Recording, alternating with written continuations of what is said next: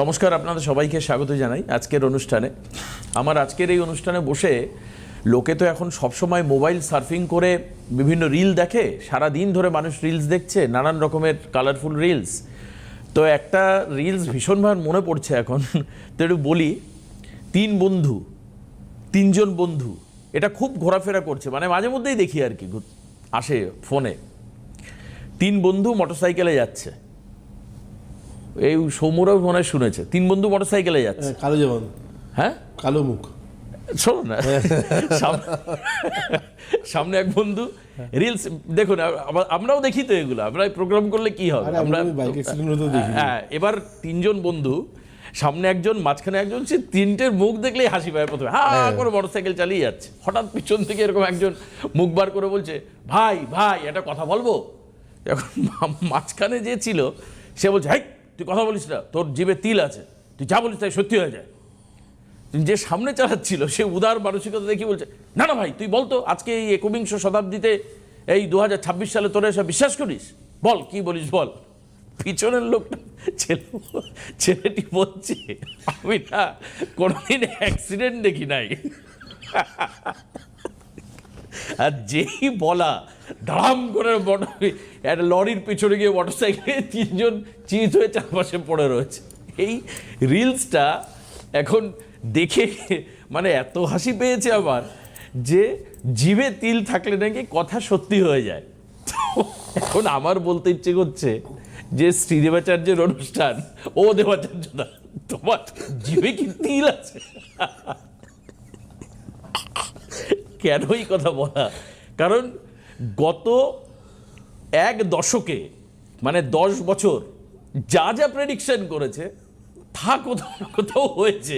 এইবার যদি বলে দেবাশিস দা একটা প্রেডিকশন আমি করব, এই আজকে তারিখটা লিখে রাখা, বলে ভাই তোমার জিভে তিল আছে, তুমি চুপ করে থাকো। ব্যাপারটা হাসির নয়। আমার মনে আছে এই 2025 ডিসেম্বরের 4 তারিখে,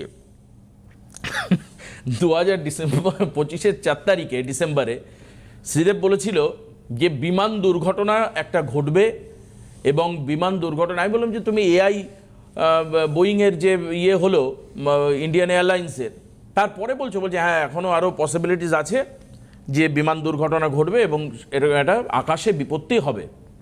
এবং এটাও শ্রীদেব বলেছিল যে একজন নামী লোক, পলিটিশিয়ানস বা খুব নামী একজন ক্যারেক্টার, সে মারা যাবে, সেটা ফিল্মের লোকও হতে পারে। তো ওই 4 তারিখে বলার পরে আমি 4 তারিখ বিকেলবেলায় ফোন করলাম শ্রীদেবকে। তখন আমি শ্যামবাজারের মোড়ে, একদম 5 মাথার মোড়ে দাঁড়িয়ে একটা কাজে গেছিলাম, সেখান থেকে যে শ্রীদেব এরকম আজকে ইন্ডিয়ান ফাইটার তেজাসের দুবাই এয়ার শোতে অ্যাক্সিডেন্ট হয়েছে। তো শুনে বললো আচ্ছা আচ্ছা হ্যাঁ আমি দেখছিলাম, এরকম আমি কাজে সারাদিন চেম্বারে এত লোক, আমি ভালোভাবে দেখার সময় পাইনি। তো দেবাশিস আরও কিন্তু এরকম ঘটার একটা সম্ভাবনা রয়েছে। এবার আমি যদি তখন এই রিলসটা দেখতাম তো বলতাম জিভে তিল আছে, মুখ বন্ধ করা, আর কিছু বলো না। এখন যেটা হলো সেটা হচ্ছে গত দুদিন আগে মহারাষ্ট্রের ডেপুটি সিএম অজিত পাওয়ার, তার মৃত্যু হলো বিমান দুর্ঘটনায়। একটা ছোট বিমানে তিনি মহারাষ্ট্র থেকে, মানে মুম্বাই থেকে উড়ে বারাবণীতে জেলা পরিষদের নির্বাচন, সেখানে তিনি যাচ্ছিলেন। সারা দিনভর তার কর্মকাণ্ড ছিল। 8টা নাগাদ ফ্লাইটটি মুম্বাই এয়ারপোর্ট থেকে ফ্লাই করে, ছোট চার্টার্ড ফ্লাইট, যাতে 5 জন লোক ছিলেন along with the crew members and pilot, এরা ছিলেন। এবং যখন বারাবণীতে নামতে যাবে প্লেনটি ক্র্যাশ করে। আনফর্চুনেটলি টেকনিক্যাল ফল্টই এখনও পর্যন্ত বলা হচ্ছে, অথবা পাইলট এরার্স হতে পারে। বিমান দুর্ঘটনায় 5 যাত্রীর মৃত্যু হয়। আমার কথা হচ্ছে শ্রীদেবকে আমি জিজ্ঞেস করবো, এই যে তুমি একের পর এক প্রেডিকশন মিলিয়ে দাও, এর ক্যালকুলেশনটা কি? জিভে তিল থাকা নাকি কোনো বিশেষ হিসাব? না, জিভে তিল মানে তোমার এটা একটা বিরাট প্রাপ্তি। আমি শুধু একটা নয়, আমি 1 দশক বলেছি, আমি প্রায় 10 বছর ওর সঙ্গে প্রোগ্রাম করার সুবাদে আমি দেখেছি একের পর এক প্রেডিকশন মিলে। আজকের আমি সেগুলো করছি না, কারণ সময়টা কম, রাস্তায় জ্যাম থাকার জন্য এমনি দেরিতে প্রোগ্রাম শুরু হয়েছে। যারা দেখছেন মন দিয়ে দেখবেন। শ্রীদেব কি করে এগুলো মেলাও? এ তো অসাধারণ। মেন ব্যাপার হচ্ছে এরপর আর তুমি প্রেডিকশন করো না এরকম। মিলে যাবে তারপরে। একদম না। এবারে মেন ব্যাপার হচ্ছে জীবে তিল থাকার তত্ত্বটা কোনো না কোনো কারণে কোথা থেকে তো এসছে, তো এটা আমি তত্ত্ব বলে সম্বোধন করছি। এবং আগেকার দিনের মানুষরা এটা বলে সম্বোধন করতেন, যদি জীবের ডগায় তিল থাকে তাহলে সেই ব্যক্তি যা বলবে সত্যি হয়।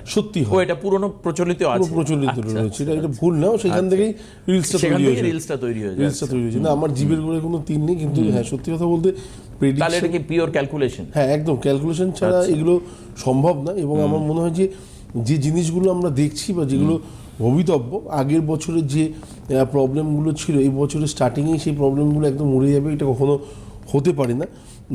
স্থান কাল বা দিক নির্বিশেষে ভারতবর্ষ যে জায়গাগুলোর মধ্যে রয়েছে সেখানে বেশ কিছু সমস্যাতে অলরেডি রয়েছে। এবং আমার মনে হয় যে যদি আমরা বলি না ট্রাম্পকে খুব সুন্দরভাবে মোদিজি হ্যান্ডেল করছেন, এগুলো আস্তে আস্তে কেটে যাবে। আলটিমেটলি তো প্রবলেম, আলটিমেটলি তো এগুলো আমাদের পেতে হচ্ছে।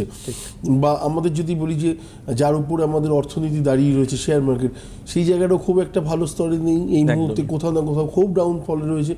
এবং ভালো একটা কি বলবো, এটাও একটা তোমার প্রেডিকশন ছিল যে একটা ফল ডাউন ক্র্যাশ আসবে 26, আমার এখনো মনে আছে কথাটা। একদম। এবং শুধু তাই না, এবং দ্বিতীয় পার্ট হচ্ছে যে এই ক্যালকুলেশনগুলো যেমন রবি মঙ্গল কোনো কারণে ভালো দেয় না, তারপরেই যখন রবি আসবে না, মানে একটা মানুষ যদি হাসপাতাল থেকে বাড়িতে এসে সঙ্গে সঙ্গে সে কখনো সুস্থ অবস্থায় থাকে না, ঠিকই তাকে কিছু না কিছু সময় অ্যাটলিস্ট 2 মাস 3 মাস থাকে, হ্যাঁ খাওয়া দাওয়া হালকা করতে হয়, ডাক্তাররা লিখেই দেয় যে আগামী 2 মাস এরকম ভাবে চলবে।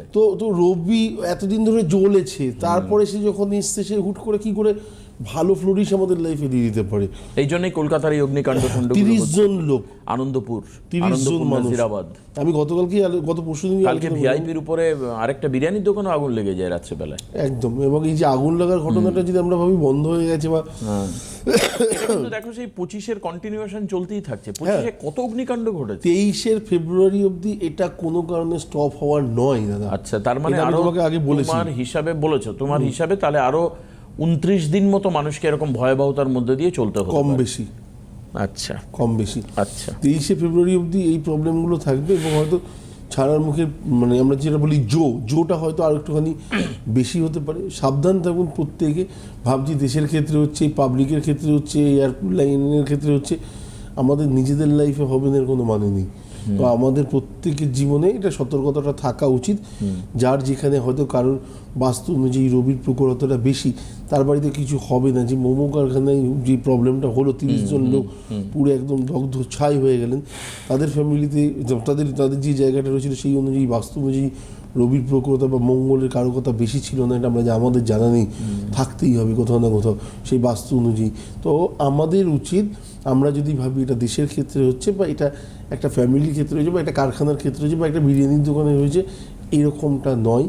হোটেলে হতে পারে, নিজেদের ফ্যামিলিতে হতে পারে, আমাদের রিলেটিভসদের বাড়িতে হতে পারে। প্রত্যেকে সাবধান থাকাটা এই মুহূর্তে অত্যন্ত জরুরি দাদা। আচ্ছা, আর অ্যাস্ট্রোলজিক্যালি কি গাইডলাইন দেবে তুমি? মানে অ্যাস্ট্রোলজি তোমার গণনার দিক থেকে অগ্নিকাণ্ড বা ডিস্ট্রাকশন বা অ্যাক্সিডেন্টাল ডিস্ট্রাকশন যদি আমি বাদ দিই, এরপরে আর কি সতর্কতা থাকবে ফর দ্য কমন পিপল, সাধারণ মানুষকে? কেন আমি বলছি, কারণ এই মাসটা যেই সময় বসে তুমি আজকে অনুষ্ঠান করছো, আজকে তো 30 তারিখ, একদম 30ই তো নাকি? হ্যাঁ, 30 তারিখ, কালকে 31, পরশু দিন হচ্ছে 1, সোমবার থেকে কিন্তু মাধ্যমিক পরীক্ষা শুরু হচ্ছে, 12 তারিখ থেকে হায়ার সেকেন্ডারি পরীক্ষা শুরু হচ্ছে, পরপর মানে এই মাসটায় প্রচুর পরীক্ষা রয়েছে। একদম মোটামুটি মার্চের 2 তারিখ অবধি মানে এদের টেনশনের ব্যাপারটা তেমন কিছু নেই তো?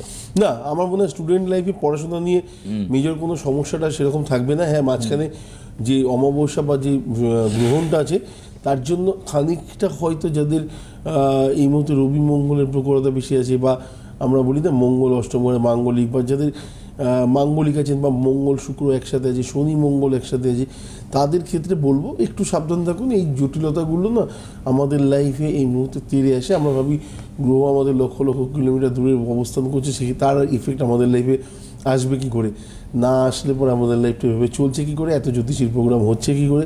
আলটিমেটলি প্রতিটা জায়গাতে কোথাও না কোথাও একটু বিশ্বাসের জায়গাটা রাখতে হবে। আর রচনা তো একজন করেই রেখেছে, আমি তো উপলক্ষ মাত্র, আমি সাবধান করতে পারি, আমি সতর্ক করতে পারি। রচনা তার তৈরি করা, যেটা হওয়ার সেটা সেই টাইমে হবে। হ্যাঁ, সাবধান থাকলে পরে তার পরিমাণটা হয়তো সে খুশি হয়ে খানিকটা কম করে দিতে পারে। আর আমরা যদি সাবধান না থাকি, অসতর্ক থাকি, তার পরিণামটা আমাদের ফুল ফ্যামিলিকে ভুগতে হতো। মানে মানুষের দিক থেকে নিজেও খানিকটা প্রিকশন নিতে পারবে। রাইট রাইট একদম। তুমি যে কথাগুলো বলেছিলে 4 তারিখের যে কথা আমি বলছি, আমরা যেটা নিয়ে একটু ঠাট্টা করেই শুরু করলাম, বাস্তব এটা, যেমন রিলসটা দেখতে আমার বহু হাসি লেগেছিল। তো 4 তারিখে কি বলেছিল শ্রীদেব তার একটা ফুটেজ আমরা আমাদের আর্কাইভ থেকে বার করেছি এবং সেটা আপনাদের দেখাতে চাইছি এই কারণের জন্য, কারণ আজকে যারা নতুন প্রোগ্রাম দেখছেন তারা ভাবতে পারেন যে দেবাশিস হয়তো শ্রীদেবকে প্যাম্পার করছে বা কোনো একটা কথা 19-20 করে চালিয়ে দিচ্ছে, মনে হতে পারে অনেকের। যারা পুরনো দর্শক তারা তো জানবেনই, মাথায় থাকতে পারে যারা এপিসোডটায় ছিলেন, কিন্তু এরকম বহু মানুষ আছেন যারা সেই দিনের এপিসোডটা ওই সময়কার কথাটা শোনেননি। তাদের জন্য একবার সেই ফুটেজটা, অর্থাৎ ফুটেজ মানে সেই ক্লিপস অংশটুকু সেই প্রোগ্রামের, মানে 4/12/2025 ওই ক্লিপসটা একবার আমি টিভিতে দেখাই, যাতে আপনারা বুঝতে পারেন। আমার এই একই জামা একই প্যান্ট পরা ছিল সেই দিনও, ভাববেন না যে আমি সেই দিনের প্রোগ্রাম আজকে এইভাবে বলছি। দেখুন ওভারঅল যে 2026কে খুব ভালো আমরা দেখতে চলেছি তা নয়, এবং 2023 মানে 26-এর ফেব্রুয়ারি মাস অবধি আমি বলেছি যে মঙ্গলের যে এফেক্টটা আছে সেটা কিন্তু আসবে। প্লেন অ্যাক্সিডেন্ট থেকে শুরু করে অগ্নিকাণ্ড, বড় বড় যে অগ্নিকাণ্ডগুলো আছে 26-এর, আবার বলো, ফেব্রুয়ারি পর্যন্ত, 26-এর ফেব্রুয়ারি পর্যন্ত, মানে আরো 23 ফেব্রুয়ারি অবধি। আচ্ছা, মানে 26-এর প্রথম 2 মাস একদম।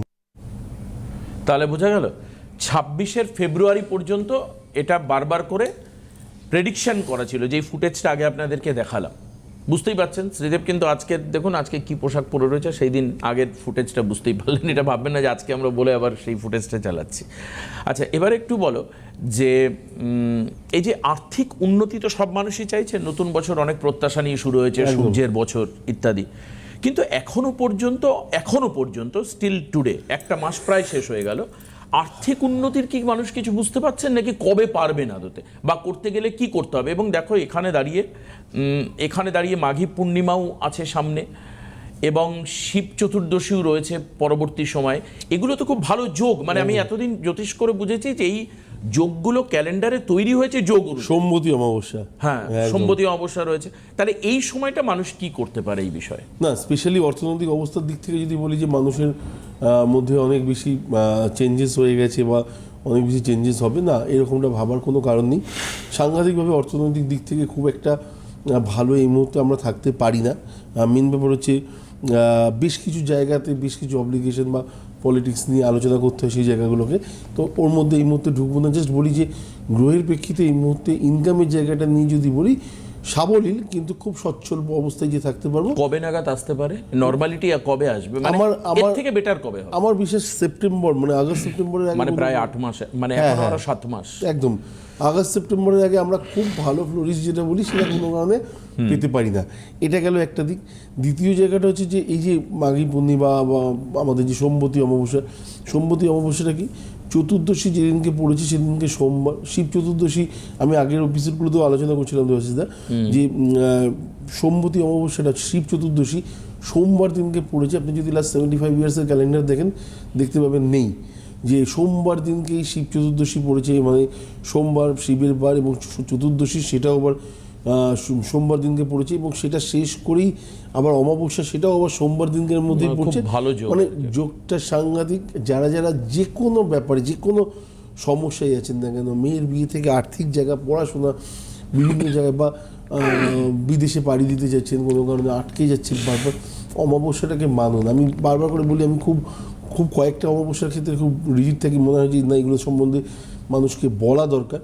তো বারবার করে বলছি এই অমাবস্যাটা মানুন। এই অমাবস্যা আপনার এলাকাতে প্রচুর মানুষ আছেন, প্রাজ্ঞব্য এক ব্যক্তিত্বরা রয়েছেন যারা দীর্ঘদিন ধরে এই সব কার্যের মধ্যে দিয়ে রয়েছেন। তার কাছে গিয়ে বলুন আমার ছেলে, আমার মেয়ে, আমার নিজের জন্য এই ধরনের সমস্যা কিছু আছে যেগুলো থেকে আমি মুক্তি পেতে চাই বা আমার কিছু প্রাপ্তির দরকার আছে, আমি অমাবস্যাটা কী করে মানবো। আমার বিশ্বাস সেখান থেকে আপনি যথেষ্ট হেল্প পাবেন। কিন্তু কোনো কারণে যদি মিস করে দেন আগামী 75 বছরেও এইরকম যোগ আসবে কিনা সে বিষয়ে আমার যথেষ্ট সন্দেহ আছে। নিচে হেল্পলাইন নাম্বার রয়েছে, মানে যেটা বুকিং বলে লেখা রয়েছে, দেখুন সাদা অক্ষর দিয়ে বুকিং লেখা, পাশে 2টো নাম্বার, এই নাম্বারে বুক করতে হবে। আমার গত কয়েকদিন ধরে আমি একটা স্টাডি করেছি টিভিতে বিভিন্ন অনুষ্ঠান করার সময়, বর্ধমান, হুগলি, নদিয়া, হাওড়া, উত্তর 24 পরগনা, দক্ষিণ 24 পরগনা, এখান থেকে প্রচুর মানুষ রেসপন্স করছেন। আমি জানতে চাই যে নর্থ বেঙ্গল সাইড, মানে মালদা, মুর্শিদাবাদ, আলিপুরদুয়ার, ফালাকাটা, কোচবিহার, জলপাইগুড়ি, ফুলগুড়ি, এই চত্বরের মানুষ আমাদেরকে রেসপন্স করুন। আপনাদের একটা ছোট্ট ট্রিক বলে দিই, অনেকে টিভিতে দেখা বা সময় নিয়ে সংকুলন করতে অসুবিধা, আপনারা ইউটিউবে যাবেন। ইউটিউবে আমি বলে দিচ্ছি আজকে আবার, ইউটিউবে ওপরে দেখবেন একটা সার্চের জায়গা রয়েছে, মানে যেখান থেকে আপনারা বিভিন্ন ভিডিও সার্চ করেন, সেখানে সিটিভিএন একেডি প্লাস লিখুন। সিটিভিএন একেডি একটু গ্যাপ দিয়ে একেডি একটু গ্যাপ দিয়ে প্লাস দেওয়ার পর ওখানটায় সার্চ করুন। সার্চ করার পর দেখবেন সিটিভিএন একেডি প্লাসের পেজটা খুলে গেল। ওখানে সাবস্ক্রাইব করে রাখলে, সাবস্ক্রাইবের বাটনটা টিপে রাখলে, যার জন্য আপনার 1 পয়সা লাগবে না, আপনি কিন্তু সমস্ত প্রোগ্রাম আপনার ইউটিউবে লাইভ দেখতে পাবেন। লাইভ, যে প্রোগ্রাম লাইভ হবে সে প্রোগ্রাম লাইভ দেখতে পাবেন, এখানে যেটা লাইভ হচ্ছে। কাজে আপনি রান্নাঘরে থাকুন, বাজারে থাকুন, রাস্তায় থাকুন, ক্লাবে থাকুন বা অফিসে থাকুন, আপনি মোবাইল প্রোগ্রাম দেখতে পারেন। টিভিতে তার জন্য টিভির সামনে বসে দেখার দরকার নেই, সময়ও নেই মানুষের, আপনারা মোবাইলেও এই অনুষ্ঠান দেখতে পাবেন। YouTube search button CTVN AKD plus search করে বেরিয়ে যাবে, পাশে সাবস্ক্রাইব অপশন থাকবে, সাবস্ক্রাইব করে দিন। তাহলে আপনি ফোন খুললেই ওই যা ইউটিউবে গেলেই আপনি সিটিভিএনের লাইভ প্রোগ্রাম দেখতে পাবেন। আজকে এখানে শেষ করব, অবশ্যই আগামীকাল আবারও দেখা হচ্ছে শ্রীদেবের সঙ্গে আগামী অনুষ্ঠানে। সবাই ভালো থাকবেন, সুস্থ থাকবেন। অনেক ধন্যবাদ শ্রীদেবকে, নমস্কার সবাইকে।